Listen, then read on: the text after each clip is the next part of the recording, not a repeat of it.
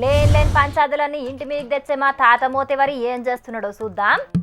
ఓ అమ్మా, ఓ రాములు తాత, ఎవరు లేరానే? తలుపు తీస్తలేడే మీరు? ఓ తాత. అరే గంతగానం పిలుస్తుంటే కూడా ఎవ్వరు సప్పుడు చెయ్యరు. మా ముసలోడు ఎటు పోయిండు కావచ్చు. ఓ తాత ఏం చేస్తున్నావే? ఓ రాములు తాత. ఎవర్రా? నిమ్మలంగా ఓ కునుకు తీద్దామన్నది అని వీళ్ళు అడ్డమైన మొక్కలలో మనుగొట్ట. ఎవర్రా?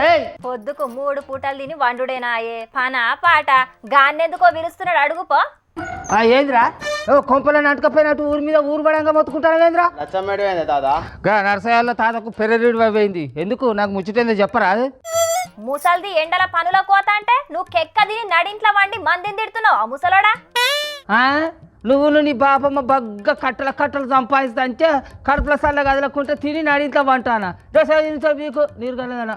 నీ ముచ్చటేది చెప్పురా. రేపు అమ్మ నువ్వు పత్తిలో కలవరమ్మని చెప్పు తాత. ఏందిరా? నా ముసలిది పత్తిలో కలవరాలనా అంటే నా ముసలి దాన్ని చంపాలని చూస్తాను. అవరా బట్టవాజిగా.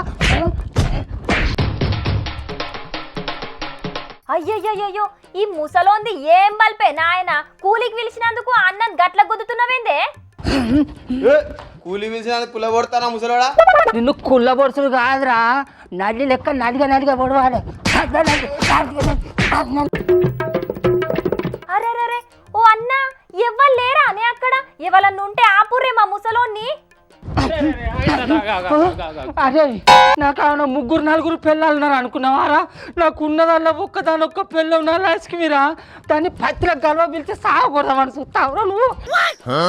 అరే నీ బల్పున్ బండకేసి కొట్ట ముసలోడా. ఆ అన్న పత్తి గలవ పిలిస్తే ముసల్దాన్ని చంప చూస్తున్నావా అంటవేందే? నీకు రోగం గిట్లా పట్టిందా ఏంది? అరే నీకేమెరికైనా నీరు కలదానా? వీనికి ఏ పాటో మా మీద బాగా కుట్టున్నట్టున్నది. అందుకే మమ్మల్ని మట్టు పెట్టాలని పత్తిలో కలవ పిలుస్తాను. ఎరికేనా నీకు?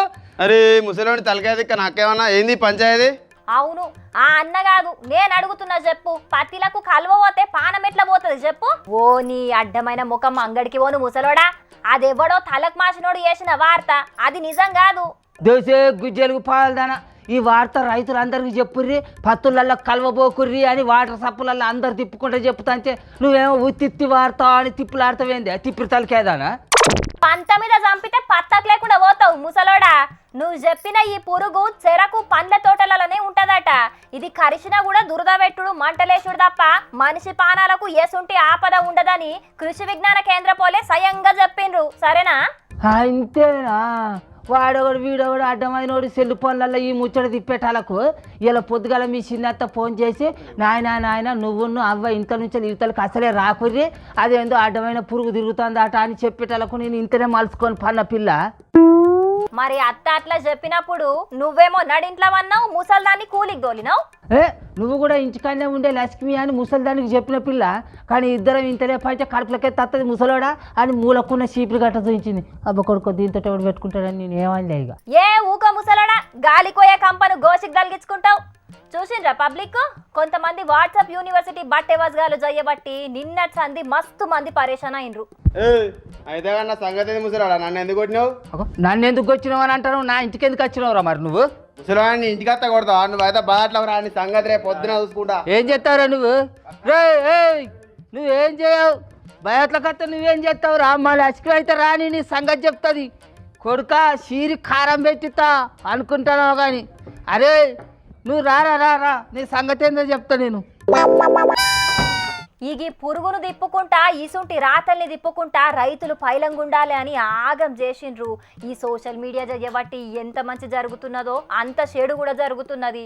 ఈ వార్తను చూసి చాలా దిక్కులల్లా పత్తులకు కలువ పోవాలంటేనే దడుచుకుంటున్నారట. ఇది అస్సలు నిజం కాదు. ఈసుంటి పుకార్లను నమ్మకుండ్రి. సరేనా?